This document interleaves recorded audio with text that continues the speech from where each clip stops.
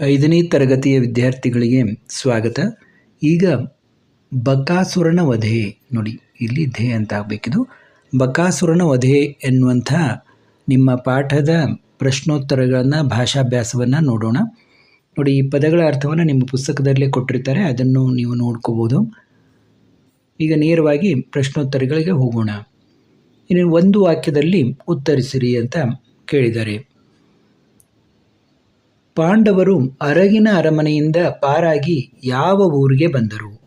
ಪಾಂಡವರು ಅರಗಿನ ಅರಮನೆಯಿಂದ ಪಾರಾಗಿ ಏಕಚಕ್ರ ಎನ್ನುವಂಥ ಊರಿಗೆ ಬಂದರು. ಏಕಚಕ್ರ ಎಂಬ ಅಂತ ಹಾಕ್ಕೊಳ್ಳಿ. ಏಕಚಕ್ರ ಎಂಬ ಊರಿಗೆ ಬಂದರು. ಕುಂತಿ ಬ್ರಾಹ್ಮಣನ ಮನೆಗೆ ಏಕೆ ಹೋದಳು? ಒಂದು ದಿನ ಆ ಬ್ರಾಹ್ಮಣರ ಮನೆಯಿಂದ ಜೋರಾಗಿ ಅಳುವ ಧ್ವನಿ ಕೇಳಿಸಿತು. ಅದು ಏನೆಂದು ವಿಚಾರಿಸಲು ಬ್ರಾಹ್ಮಣರ ಮನೆಗೆ ಕುಂತಿ ಹೋದಳು. ಇಲ್ಲಿ ತಪ್ಪಾಗಿದೆ ನೋಡಿ, ಕುಂತಿ ಇಷ್ಟೇ ಇದು. ಒಂದು ದಿನ ಆ ಬ್ರಾಹ್ಮಣರ ಮನೆಯಿಂದ ಜೋರಾಗಿ ಅಳುವ ಧ್ವನಿ ಕೇಳಿಸಿತು. ಅದು ಏನೆಂದು ವಿಚಾರಿಸಲು ಬ್ರಾಹ್ಮಣರ ಮನೆಗೆ ಕುಂತಿ ಹೋದಳು. ಪಾಂಡವರ ತಾಯಿ ಹೆಸರೇನು? ಪಾಂಡವರ ತಾಯಿ ಹೆಸರು ಕುಂತಿ. ಈಗಾಗಲೇ ನೋಡಿದ್ವಿ ನಾವು. ಕುಂತಿ ಬ್ರಾಹ್ಮಣ ದಂಪತಿಗಳಿಗೆ ಏನೆಂದು ಸಮಾಧಾನ ಪಡಿಸಿದಳು? ನೋಡಿ, ಕುಂತಿಯು ಅಂತ ಆಗಲಿ.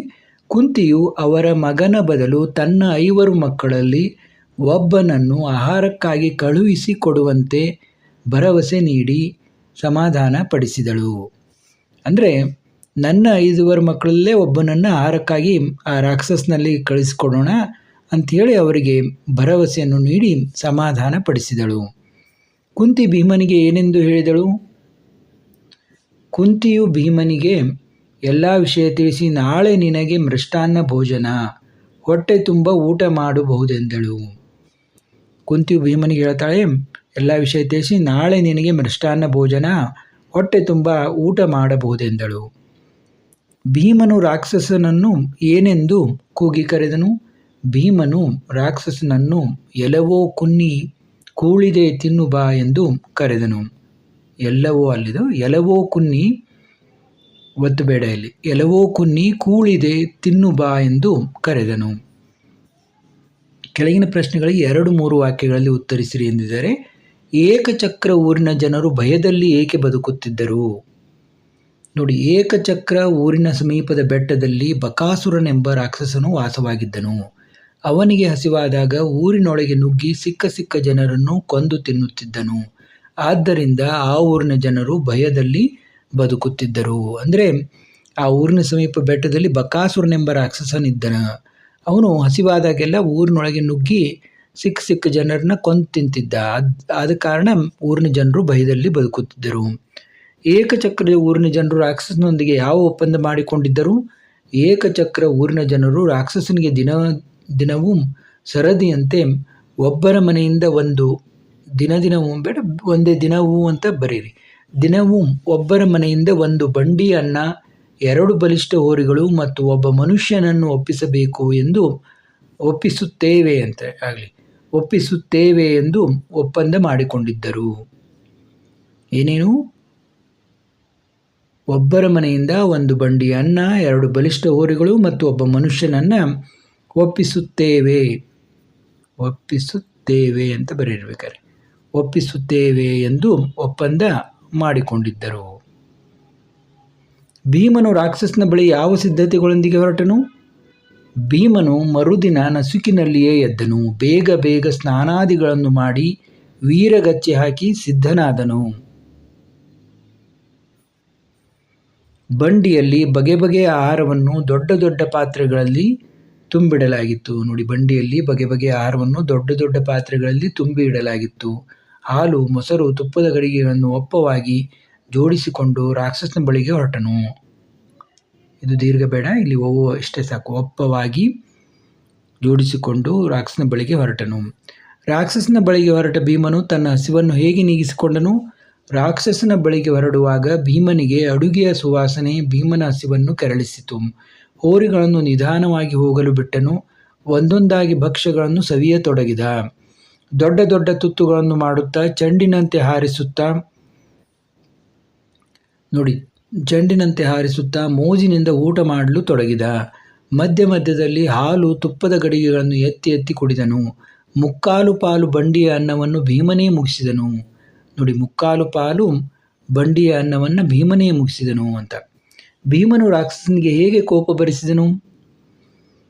ಭೀಮನು ರಾಕ್ಷಸನಿಗೆ ಎಲ್ಲವೋ ಅಲ್ಲಿದು ಎಲವೋ ಕುನ್ನಿ ಕೂಳಿದೆ ತಿನ್ನು ಬಾ ಎಂದು ಕರೆದನು. ಮತ್ತು ಭೀಮ ತಿಂದು ಮಿಕ್ಕಿದ್ದನ್ನು ತಿನ್ನು ಬಾ ಎಂದು ಏಕವಚನದಲ್ಲಿ ಕರೆದುದಕ್ಕೆ ಕೋಪ ಮಾಡಿಕೊಂಡನು. ಯಾರು? ರಾಕ್ಷಸ. ಮತ್ತು ಭೀಮನು ಅನ್ನದ ದೊಡ್ಡ ದೊಡ್ಡ ತುತ್ತನ್ನು ಹಾರಿಸುತ್ತಾ ಬಾಯಲ್ಲಿ ಹಿಡಿಯುತ್ತಿದ್ದನು. ರಾಕ್ಷಸನನ್ನು ನೋಡಿ ಭಕ್ಷ್ಯಗಳನ್ನು ತೋರಿಸಿ ಅಣಕಿಸತೊಡಗಿದನು. ಬಕಾಸುರ ಕೋಪದಿಂದ ಎರಡೂ ಕೈ ಮುಷ್ಟಿ ಕಟ್ಟಿ ಭೀಮನ ಬೆನ್ನಿಗೆ ಗುದ್ದನ್ನು ಕೊಟ್ಟನು. ಭೀಮ ಏಟಿಗೆ ನಗುತ್ತಾ ಇಷ್ಟೇನಾ ನಿನ್ನ ಶಕ್ತಿ ಎಂದು ಹಂಗಿಸಿದನು. ಹೀಗೆ ಭೀಮನು ರಾಕ್ಷಸನಿಗೆ ಕೋಪ ಭರಿಸಿದನು.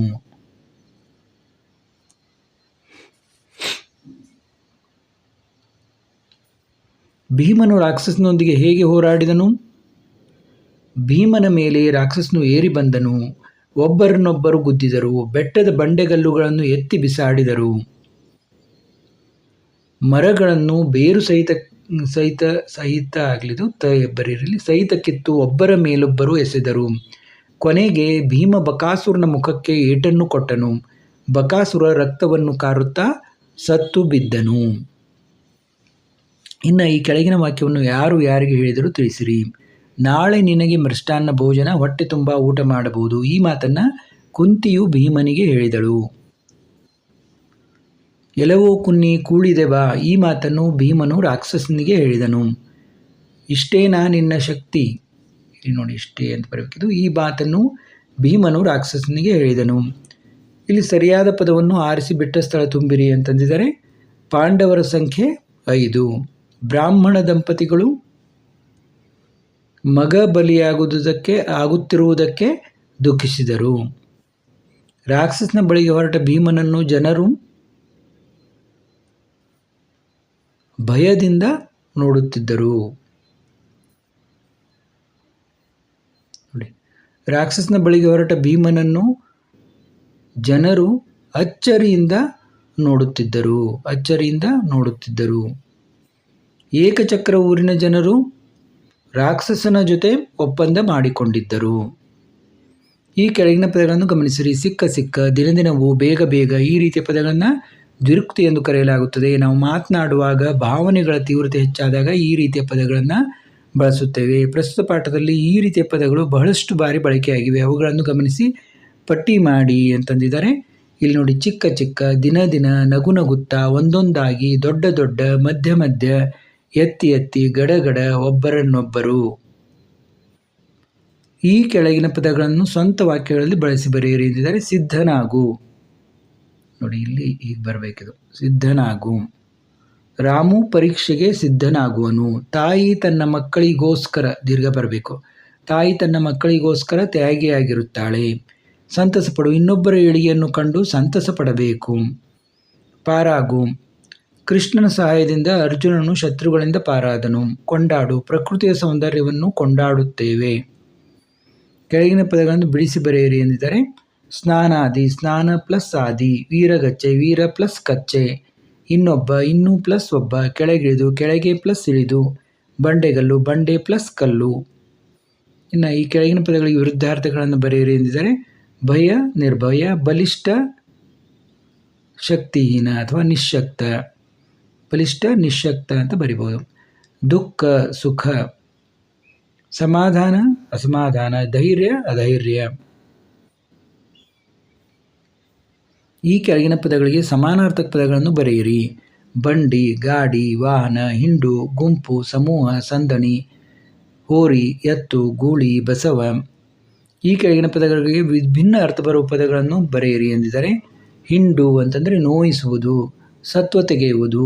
ಗುಂಪು, ನೋಡಿ ಬೇರೆ ಬೇರೆ ಅರ್ಥ ಬರ್ತದೆ. ಹಿಂಡು ಅಂದರೆ ನೋಯಿಸುವುದಕ್ಕೂ ಹಿಂಡು ಅಂತಾರೆ, ಸತ್ವ ತೆಗೆಯುವುದು. ಗುಂಪಿಗೆ ಕೂಡ ಹಿಂಡು ಅಂತಾರೆ. ಕಾರು, ವಿಷಕಾರು, ಹಿಂಸಿಸುವುದು. 4 ಚಕ್ರದ ಬಂಡಿ. ನೋಡಿ, ಇಲ್ಲಿಯವರೆಗೆ ಈ ಪಾಠದ ಪ್ರಶ್ನೋತ್ತರಗಳು ಮತ್ತು ಭಾಷಾಭ್ಯಾಸ ನೋಡಿದೆವು. ಇದೇ ರೀತಿ ನಿಮ್ಮ ಎಲ್ಲ ಪಾಠ ಪದ್ಯಗಳನ್ನು ಕೂಡ ಮಾಡಿದ್ದು, ಅವುಗಳನ್ನು ಕೂಡ ನಮ್ಮ ಚಾನಲ್ನಲ್ಲಿ ನೋಡಿ ನಿಮ್ಮ ಗೆಳೆಯರೊಂದಿಗೆ ವಿಡಿಯೋಗಳನ್ನು ಶೇರ್ ಮಾಡಿ. ಮತ್ತೆ ಭೇಟಿಯಾಗೋಣ.